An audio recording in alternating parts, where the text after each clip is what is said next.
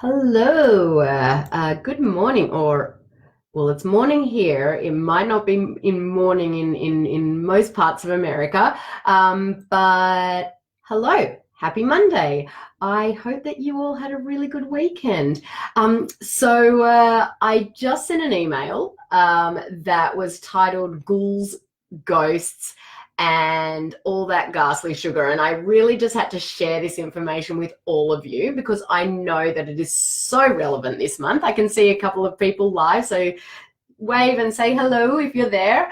And I wanted to talk about Halloween. Okay, so Halloween, it's scary. It can be scary, and that's what Halloween is. But I wanted to share that, on average, American children and other children around the world eat way too much sugar on other days other than just Halloween. And according to the American Heart Association, the average 1 to 3-year-old consumes roughly 12 teaspoons of sugar a day, and the average 4 to 8-year-old consumes 21 teaspoons on a daily basis.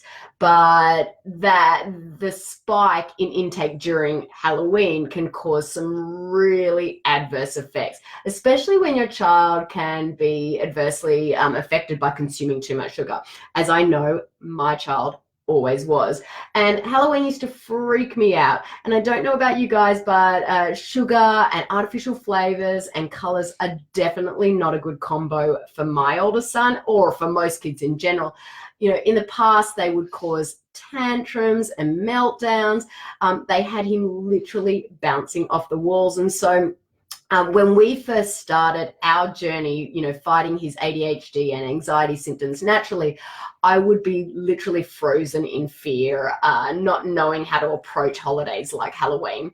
I was really unsure how to control the amount of candy he was going to eat, how to avoid, those temper tantrums and that bad behavior, and how to avoid the tears, especially if I take away some of that candy. And then finally, what we should do with all that candy that, comes as a result of Halloween. These fears are all warranted, and I'm sure many of you have those same fears as I did. The spike in the intake during that Halloween can really cause some adverse effects on your children, especially ones who have ADHD and anxiety. And knowing what I know now, I don't have those fears anymore. So I really wanted to jump on here and share those alternatives with you, so you can enjoy the celebration as well without those worries or without those concerns. So firstly, I wanted to share a really great book with you. It's called Switch Witch. It's available through Amazon. It shares a story of children actually handing over their candy in exchange for better alternatives. I'm going to pop it in a link in the comments now. We have this book and we read it every year. We still read it every year. My son's older now. My younger son's now reading it, and we use it. And they don't fully go without candy. We always choose good candy alternatives. The Natural Candy Store has a great range, and they bring in treats specific to the celebrations, like Halloween and Easter and Christmas. And it then allows you to be able to say yes to those treats, but still avoid all the nasties, like all the extra sugar, those refined sugars, those artificial flavors, those artificial colors. I'm again going to pop that link in the comments. Just give me one sec. We've already put in our order, and I'm just waiting for that to come through. Just one sec. That's gone through now. But there are also many other alternatives out there, not just from the Natural Candy Store. We love Yum Earth. We love Yum Earth sour beans, lollipops, and gummy bears. And I'm going to pop a couple of my favorite ones, or my kids' favorite ones, obviously, in the comments, just to show you what we like as an alternative. And you can buy them on Amazon, and you can buy it at a lot of the grocery stores as well. Another great way to handle these, Halloween, is we actually seek houses out that are giving safe candy or candy alternatives. Not sure if you've heard, but there's something called the Teal Pumpkin Project, and it's growing every single year, and it really identifies the houses in your area that are offering non-food treats or allergy-friendly candy, and that's free of the top 9 allergens, including dairy, including gluten. So, and those are for those trick-or-treaters that have those allergies or are avoiding those foods. And the way to identify or even alert other trick-or-treaters that your house is safe, you can actually put a flag out or a teal pumpkin. So I'm going to pop those links into the comments as well here. We've got a teal pumpkin and we put that out on our front porch, and so trick-or-treaters know that our house is a safe house.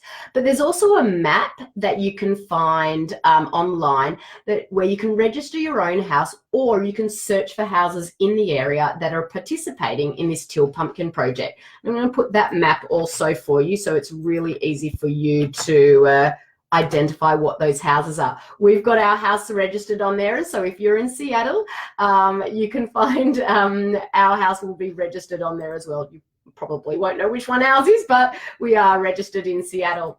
And then finally, what we do is we take those candies that we do get and we donate some of them to that good cause. And we always donate to Treats for Troops and Ronald McDonald House Charities. And so that's a really important part of the process as well. And I think the most important thing that you want to remember is you always want to communicate the plan with your child in advance and tell them why it's important, and they're more likely to get on board rather than just doing it at the back end. So just wanted to share these with you. Hopefully this will help you, let go of the stress and that fear of Halloween craziness and bring back that calm and joy, during this period. Also, if you're interested in bringing out the best in your child and really fighting those ADHD and anxiety symptoms with a natural approach, not just during Halloween, then feel free to reach out to me via PM. Hope that today this Facebook Live was useful, and hope you all enjoy the Halloween period. Have a great day.